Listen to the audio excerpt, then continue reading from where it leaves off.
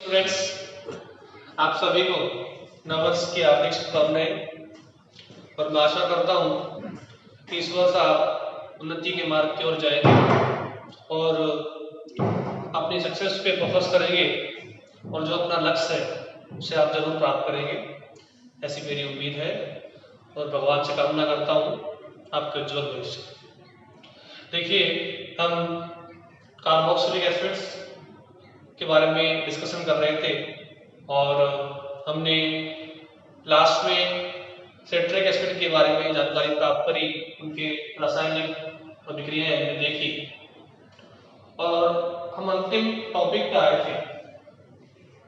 जो हमारा अंतिम टॉपिक है इस यूनिट का वो था द्विक्षारकीय अम्ल। द्विक्षारकीय अम्ल, द्विक्षारकीय अम्लों में क्या होता है, जब एक संतृप्त कार्बन परमाणु की श्रृंखला से यदि दो कार्बोक्सिलिक समूह जुड़े हुए हों तो हम उसे बोलेंगे द्विक्षारकीय अम्ल। जैसे कि ये मैलोनिक अम्ल, ठीक है, सक्सीनिक अम्ल, ये क्या है, सक्सीनिक अम्ल, ऑक्सैलिक अम्ल, ये सभी क्या है द्विक्षारकीय अम्ल के एग्जाम्पल्स हैं। इनमें दो एसिड समूह जिस संतृप्त कार्बन परमाणु की श्रृंखला से जुड़े रहते हैं। इसके अंदर मैलोनिक, ये था हमारा ऑक्सैलिक, इसका आईयूपीएसी में नाम था 1,2-एथेन डाइओइक अम्ल। आईयूपीएसी में इनके अंत में क्या लगाते हैं, डाइओइक। मैंने आपको चार्ट बनवाया था, बताया था इसके बारे में। इसका नाम था मैलोनिक अम्ल और आईयूपीएसी में इसका नाम मैंने बताया था आपको 1, 2, 3 प्रोपेन 1,2,3 डाइओइक अम्ल, प्रोपेन डाइओइक अम्ल। ये ब्यूटेन डाइओइक अम्ल, इसका सामान्य नाम था एडिपिक अम्ल।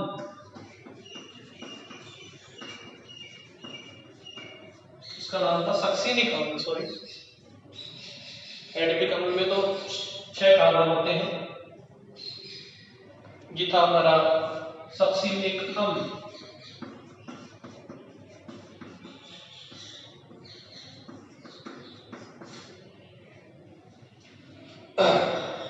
ठीक है, अगर हम देखो आप कैसे बनानी स्ट्रक्चर, ऑक्सैलिक अम्ल की स्ट्रक्चर आपको याद होनी चाहिए। यदि हम ऑक्सैलिक में एक कार्बन बढ़ा देंगे, एक मैथिल ग्रुप जोड़ देंगे ऑक्सैलिक में, तो बन जाएगा मैलोनिक अम्ल। मैलोनिक अम्ल में यदि हम एक CH2 और बढ़ा देंगे मैथिलीन ग्रुप तो बन जाएगा सक्सीनिक अम्ल। सक्सीनिक में यदि हम एक CH2 और बढ़ा देंगे तो बन जाएगा ग्लूटारिक अम्ल। क्या बन जाएगा, ग्लूटारिक अम्ल। तो ये बन गया ग्लूटारिक। इसमें क्या होता है, एक CH2 बढ़ा दिया सक्सीनिक अम्ल में तो बन गया ग्लूटारिक, और ग्लूटारिक में यदि हम एक CH2 और बढ़ा दें तो बन जाएगा एडिपिक अम्ल। क्या बन जाएगा, ये एडिपिक अम्ल। तो ये एडिपिक और ये ग्लूटारिक, ग्लूटारिक अम्ल और ये एडिपिक अम्ल।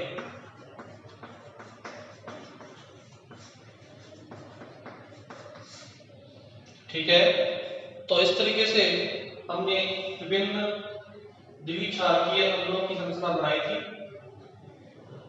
इसका नाम हो जाएगा आईयूपीएसी में हेक्सेन डाइओइक अम्ल। कैसे, 1, 2, 3, 4, 5, 6, तो नाम हो जाएगा हेक्सेन डाइओइक अम्ल, पेंटेन डाइओइक अम्ल, ब्यूटेन डाइओइक अम्ल। इनके लिए आईयूपीएसी में अनुलग्न क्या लगाते हैं, मैंने बताया था, डाइओइक अम्ल। क्या लगाते हैं, डाइओइक अम्ल लगाते हैं।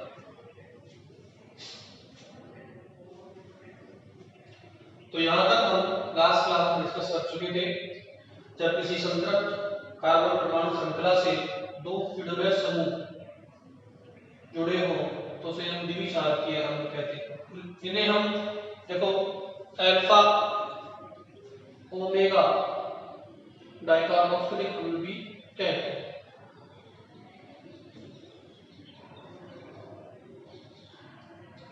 तो एक ऑक्सैलिक अम्ल की संरचना आपको याद होनी चाहिए, इसकी मदद से हम और सभी अम्लों की संरचना बना सकते हैं। ये अंतिम टॉपिक आपका इस चैप्टर का।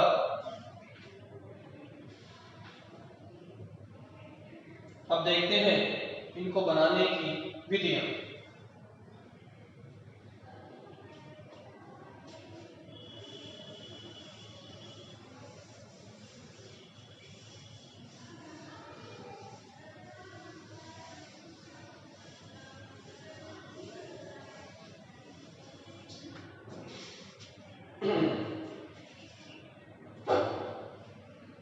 तो अगला टॉपिक देखते हैं।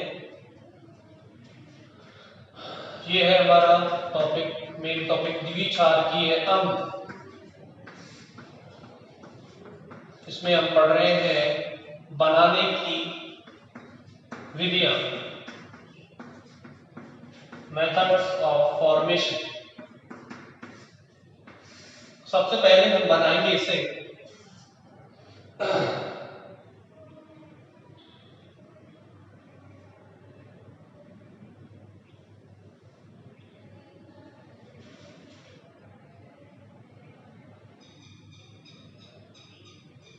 सबसे पहले हम इसे बनाते हैं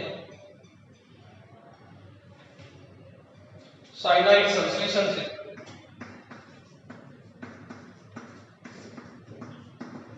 इससे साइनाइड संश्लेषण से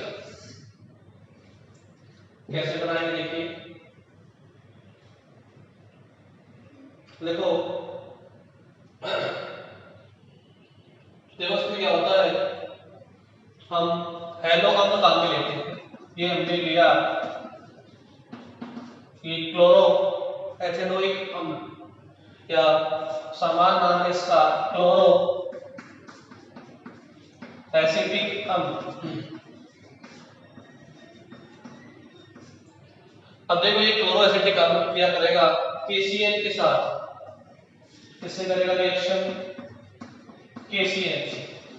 KCl से करेगा तो KCl बाहर हो जाएगा और Cl का प्रतिस्थापन हो जाएगा Cl से, हमें मिल जाएगा ये Cl साइनो एसिटिक अम्ल। अब आपको पता है साइनाइड का हम जब भी अम्लीय जल अपघटन कराएंगे तो साइनाइड ग्रुप कन्वर्ट हो जाता है एसिड ग्रुप में और हमें मिल जाएगा CH2 COOH CH2 COOH। ये बन गया मैलोनिक अम्ल। ठीक है, तो क्लोरोएसिटिक अम्ल जब KCl से क्रिया करता है तो साइनाइड बनेंगे इसके और उनके जल गठन से हमें मैलोनिक अम्ल की प्राप्ति होगी। तो देखिए द्विक्षारकीय अम्ल बनाने की यह एक उपयोगी विधि है। द्विक्षारकीय अम्ल बनाने की यह एक उपयोगी विधि है।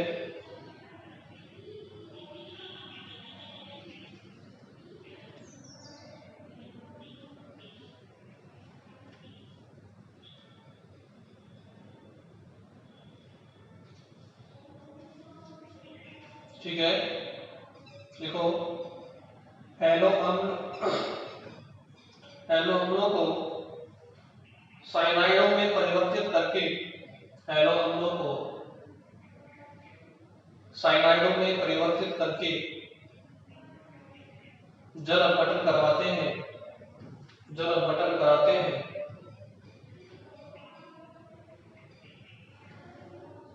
तो द्विक्षारकीय अम्ल प्राप्त होते हैं। तो द्विक्षारकीय अम्ल प्राप्त होते हैं। ये रिएक्शन नोट कर लीजिए।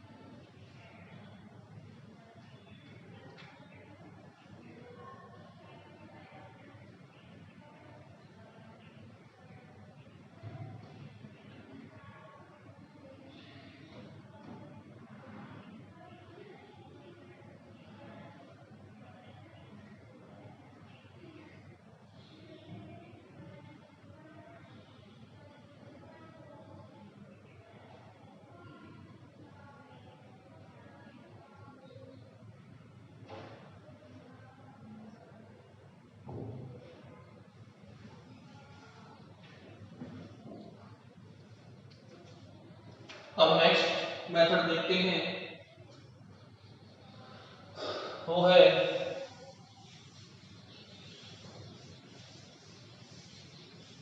ग्लाइकोल के ऑक्सीकरण से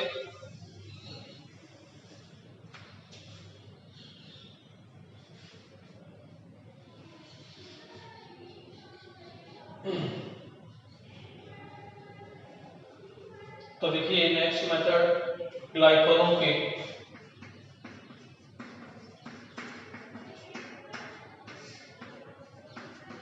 ऑक्सीकरण द्वारा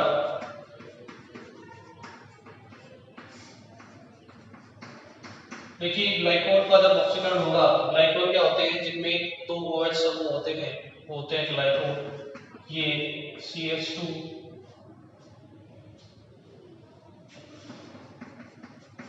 OH ग्लाइकोल है 1,3 प्रोपेन 1,3 ग्लाइकोल। इसका ऑक्सीकरण कराएंगे HNO3 या H2SO4 HNO3 या K2Cr2O7 से, डबल अम्लीय ऑक्सीकारक है। तो जब इनका ऑक्सीकरण होगा इन अम्लों के द्वारा, तो ये अल्कोहलिक ग्रुप कन्वर्ट हो जाएगा एल्डिहाइड में। यहाँ से हाइड्रोजन बाहर वाटर के रूप में, यहाँ से भी हाइड्रोजन बाहर वाटर के रूप में। क्या मिल जाएगा? ये अल्कोहलिक ग्रुप, प्राथमिक अल्कोहलिक ग्रुप एल्डिहाइड ग्रुप में कन्वर्ट हो जाएगा। फिर ये प्रबल ऑक्सीकारक है, तो ये एल्डिहाइड का भी वापस ऑक्सीकरण कर देंगे। तो एल्डिहाइड के ऑक्सीकरण क्या बनते हैं? एसिड। हमें क्या मिल जाएगा? इस तरीके से मैलोनिक एसिड मिल जाएगा।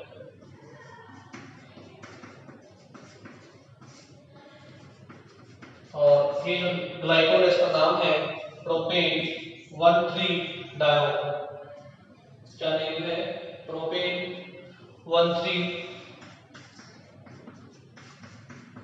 डायोल। ठीक है,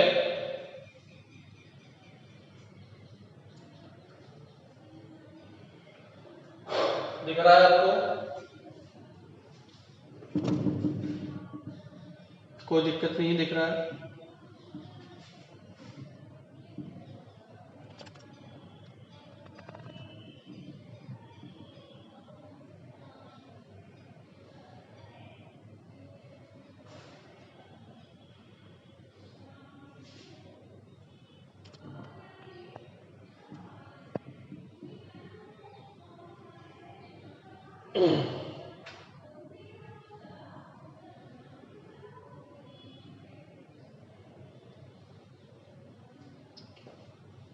तो लिखिए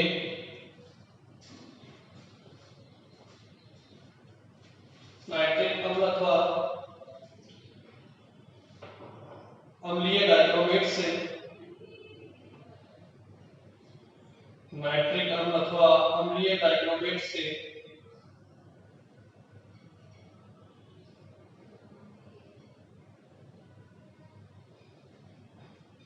ऑक्सीकरण कराने पर ग्लाइकोल पहले डाइएल्डिहाइड में, ग्लाइकोल पहले डाइएल्डिहाइड में और फिर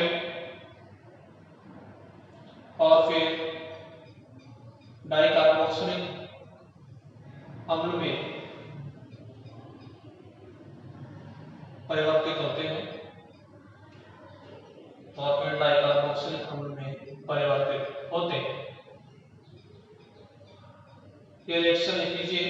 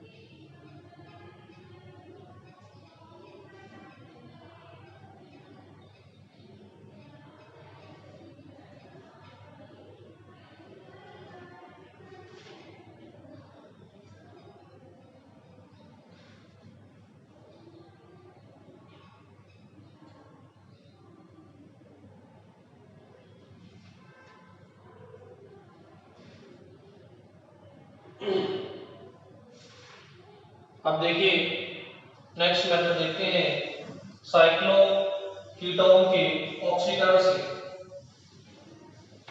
तो नेक्स्ट मेथड देखिए चक्रीय कीटोन के ऑक्सीकरण से। चक्रीय कीटोन के ऑक्सीकरण से। देखिए चक्रीय कीटोन लेंगे हम साइक्लोहेक्सेनोन। तो ये साइक्लोहेक्सेनोन है, इसमें इस तरीके से अंतिम कार्बन से हमने जोड़ दिया कीटो ग्रुप। ये है साइक्लोहेक्सेनोन। इसका ऑक्सीकरण होगा HNO3 से। तो CC बंध टूटेगा इस तरीके से, ये वाला इधर भी एसिड और इधर भी एसिड।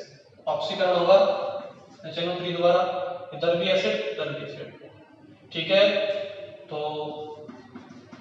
दो एसिड ग्रुप लग जाएंगे टर्मिनल्स पर और 6 कार्बन है। तो साइक्लोहेक्सेनोन का जब ऑक्सीकरण होगा तो हमें डाइकार्बोक्सिलिक अम्ल मिलेगा जिसका नाम है एडिपिक अम्ल। मोस्ट इंपोर्टेंट रिएक्शन है एग्जाम के पॉइंट ऑफ व्यू से। तो देखिए नाइट्रिक अम्ल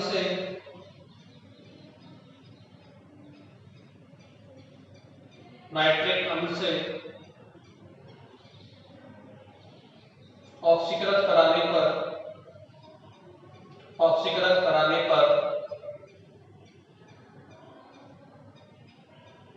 चक्रीय कीटोन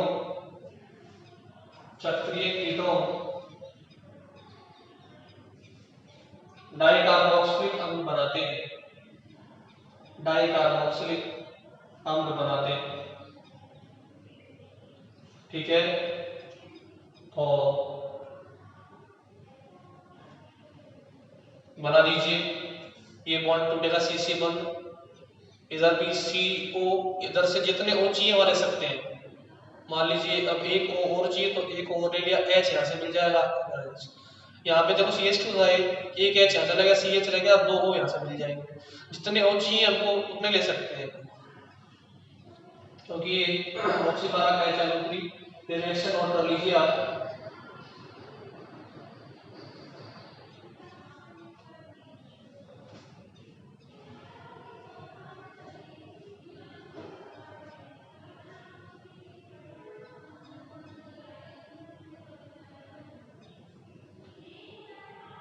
अब अगली रिएक्शन देखते हैं जिनसे उसका निर्माण करेंगे, वो है असंतृप्त डाइकार्बोक्सिलिक अम्लों के अपचयन, यानी कि मैलेइक अम्ल के अपचयन से हम क्या बनाएंगे, द्विकार्बोक्सिलिक अम्ल बनाएंगे।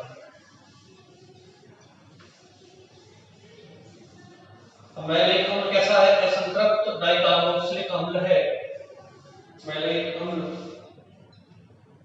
तो असंतृप्त अकार्बोक्सिलिक अम्लों के अपचयन से, कैसे? असंतृप्त डाइकार्बोक्सिलिक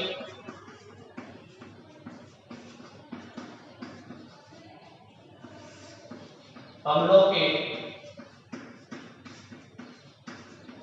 अपचयन द्वारा। तो इसका सबसे सर्वश्रेष्ठ उदाहरण है मैलेइक और फ्यूमेरिक अम्ल। तो मैलेइक अम्ल एक सिस अवस्था में रहता है इस तरीके से।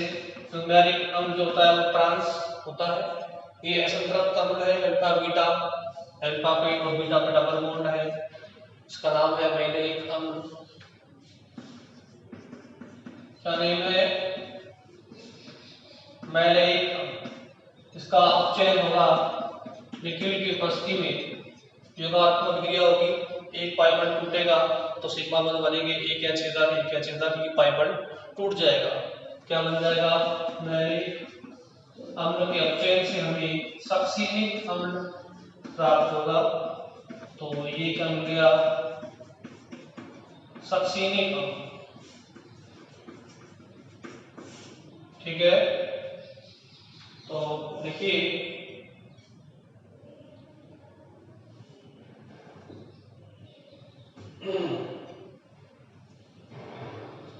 ये रिएक्शन लिख दो फटाफट। कैसे मैलेइक अम्ल के अपचयन से हमने सक्सिनिक अम्ल का निर्माण किया है।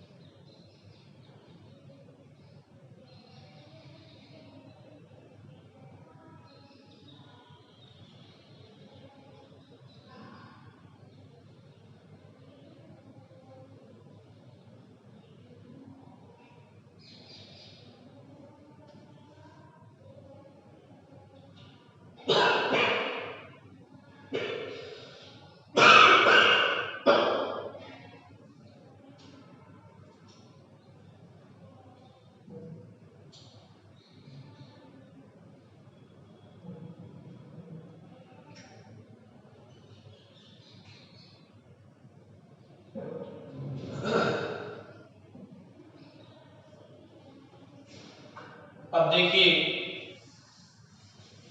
ये तो हुई निर्माण की विधियां। अब हम देखते हैं कि भौतिक गुण द्विक्षारकीय अम्लों के। तो भौतिक गुणों में सबसे इंपॉर्टेंट गुण ही हम डिस्कस करेंगे, वो है इनकी घुलनशीलता जल के अंदर और इनकी गलनांक। तो देखिए ये जो डाइकार्बोक्सिलिक अम्ल है ये एक टेढ़ी मेढ़ी जिगजैग संरचना के रूप में पाए जाते हैं। जिगजैग टेढ़ी मेढ़ी संरचना के रूप में पाए जाते हैं। देखिए यदि कोई सम कार्बन वाला कोई भी डाइकार्बोक्सिलिक अम्ल है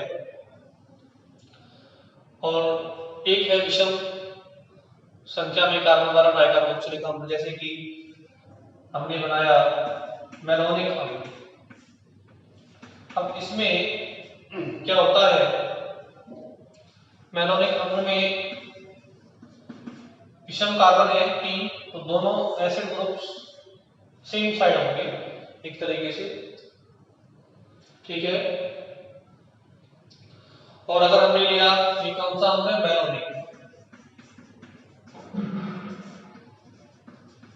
अगर हमने लिया कौन सा अम्ल? सक्सिनिक अम्ल, तो CH2, इसमें एसिड ग्रुप इधर और इसके अंदर एसिड ग्रुप इधर, तो दोनों एसिड ग्रुप की समसंख्या वाला है विपरीत संख्या में। ये कौन सा है? सक्सिनिक अम्ल।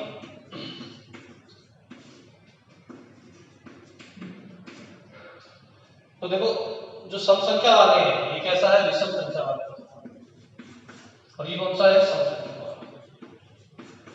विषम संख्या वाले जो होते हैं उनके जल में घुलनशील होंगे, जल में घुलनशील, और इनकी गलनांक जो है वो कम होगी। और गलनांक मेल्टिंग पॉइंट कम हो, जबकि जो सम वाले हैं वो जल में कम घुलनशील होंगे और उनके गलनांक क्या होंगे, ज्यादा होंगे, गलनांक ज्यादा और विलेयता कम। ठीक है, तो लिखिए वे डाइकार्बोक्सिलिक अम्ल, वे डाइकार्बोक्सिलिक अम्ल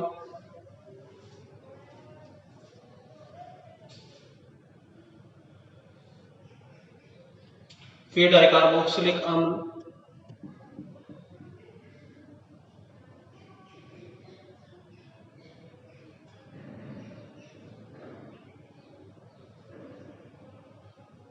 जिनमें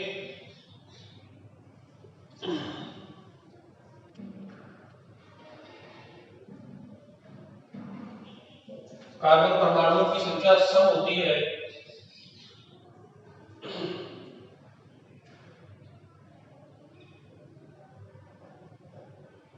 जल में कम घुलनशील, जल में कम घुलनशील एवं उच्च गलनांक वाले होते हैं, एवं उच्च गलनांक वाले होते हैं।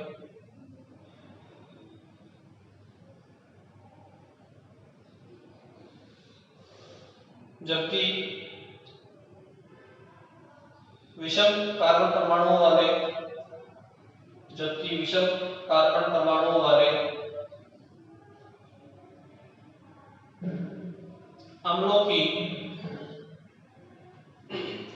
की पानी में घुलनशीलता अधिक, पानी में घुलनशीलता अधिक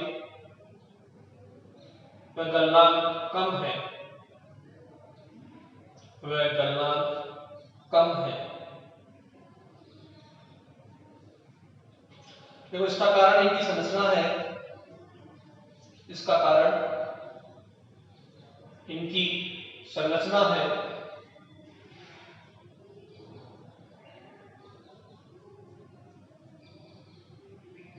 देखो इनकी संरचना टेढ़ी मेढ़ी होती है,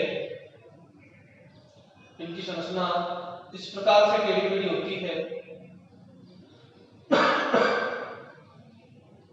कि विषम अम्लों में दोनों COOH समूह एक ही तरफ होते हैं, दोनों COOH समूह एक ही तरफ होते हैं, जबकि विपरीत अम्लों में ये, जबकि सम अम्लों में ये विपरीत दिशा में होते हैं।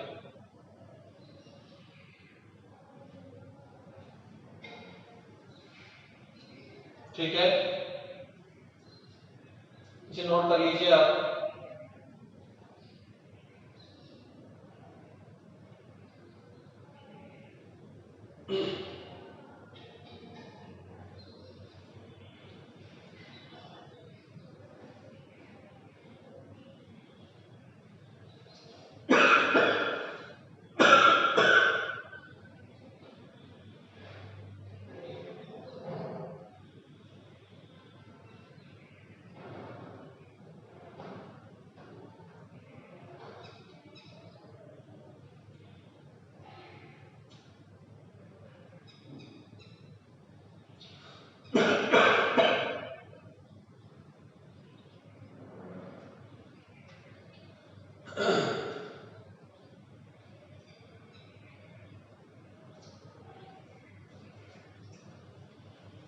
अब देखिए इनमें दो कार्बोक्सिलिक समूह होते हैं, तो इनका दो पदों में वियोजन होता है। अब इनका वियोजन कैसे होगा देखिए,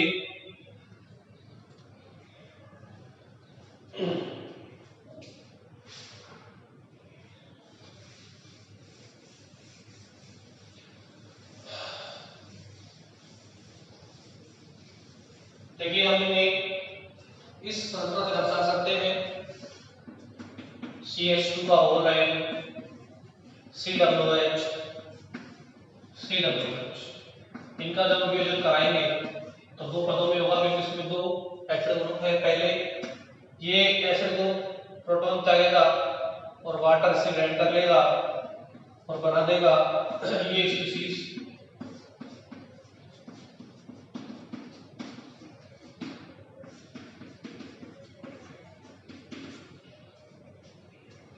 और ये फर्स्ट हमारा वियोजन इस तरह। अब देखिए, अब हमारा दूसरा एसिड ग्रुप अब इससे संयोग करेगा। अब ये दूसरा वाटर मॉलिक्यूल, दूसरा एसिड ग्रुप हमारा प्रोटॉन देगा, तो ये Ka2 हो जाएगा। अब ये प्रोटॉन देगा तो अब ये डाइकार्बोक्सिलेट बनेगा। पहले बनेगा मोनोकार्बोक्सिलेट, अब बनेगा डाइकार्बोक्सिलेट। बाहर निकल जाएंगे H3O+, H3O+। जो फर्स्ट के का मान है वो सेकंड से क्या होता है, कहीं ज्यादा होता है। तो लिखिए, डाइकार्बोक्सिलिक अम्लों में दो COOH समूह होते हैं, दो COOH समूह होते हैं। अतः ये दो पदों में वियोजित होते हैं। अतः ये दो पदों में वियोजित होते हैं।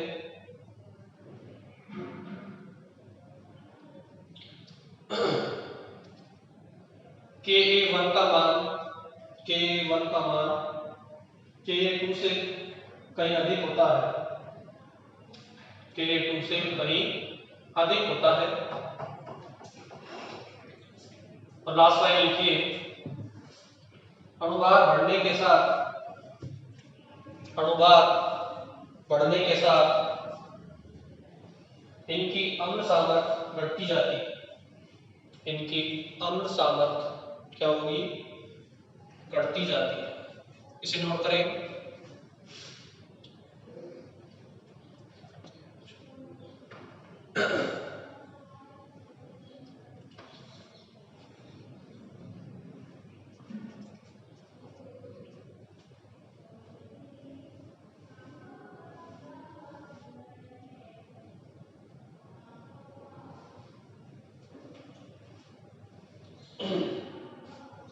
तो आज की क्लास में हमने द्विक्षारकीय अम्लों के बारे में डिस्कशन किया। सबसे पहले इनकी संरचना बनाई, इनके IUPAC नाम बताया आपको।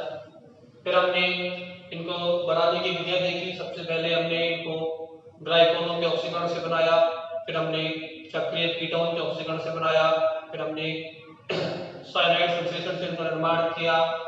लास्ट में हमने मैलेइक अम्ल के अपचयन से इनका निर्माण किया। अब हम इनका भौतिक गुण स्टार्ट कर रहे थे, और भौतिक गुणों में हमने इनके सबसे पहले देखा जल में विलयता और इनके गलनांक। ठीक है, इसमें हमने देखा कि सब संख्या वाले द्विक्षारकीय अम्लों के घुलनशीलता जल में कम होती है, क्वथनांक ज्यादा होता है, जबकि विषम संख्या वालों का क्वथनांक गलनांक जो है वो कम और घुलनशीलता अधिक होती है। इससे आगे हम नेक्स्ट क्लास में डिस्कस करेंगे।